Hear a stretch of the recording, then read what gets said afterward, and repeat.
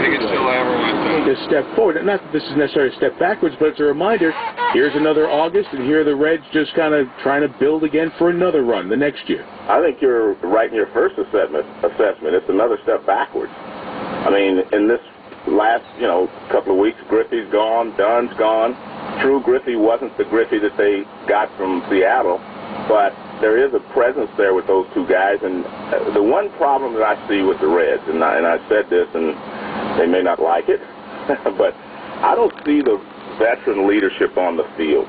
And therein lies a problem. They've got some pretty good young players, but if there's not someone there that shows them how to play or gets on them when they don't make the right play other than the manager, see, the manager can't just constantly harp at guys.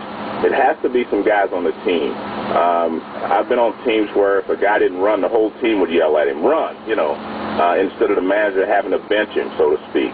So I think that's one of the problems I see with the Reds. Pretty good young players, prospects, etc., but no veteran leadership.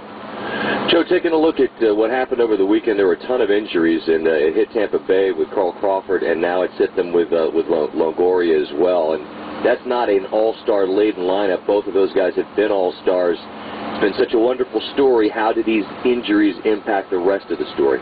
Well, they definitely impact the story. Again, who's the veteran leader on that team?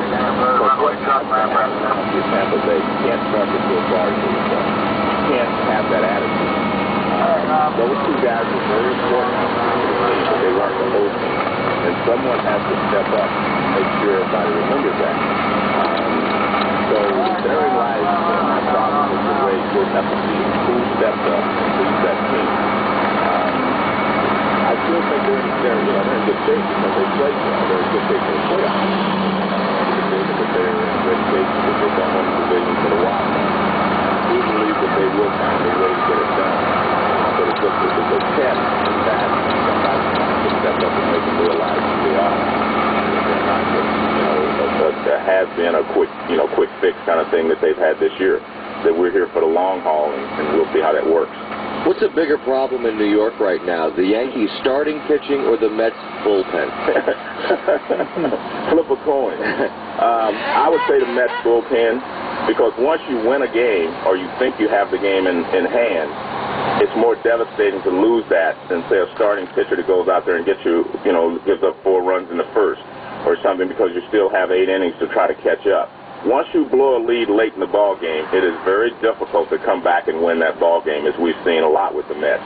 And everyone says, well, Billy Wagner's gone. Well, Billy Wagner was part of the problem too. I mean, when he was there, he blew 3 saves in a row in a 6-game stretch there when Willie Randolph was still the manager. I mean, this has been a problem for them the entire year. It's not just because Billy Wagner's out.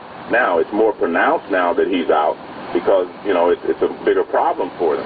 But if you look back, I mean, they had lost 8 games where they led after the 8th inning, and they didn't do that just since Billy Wagner's been gone.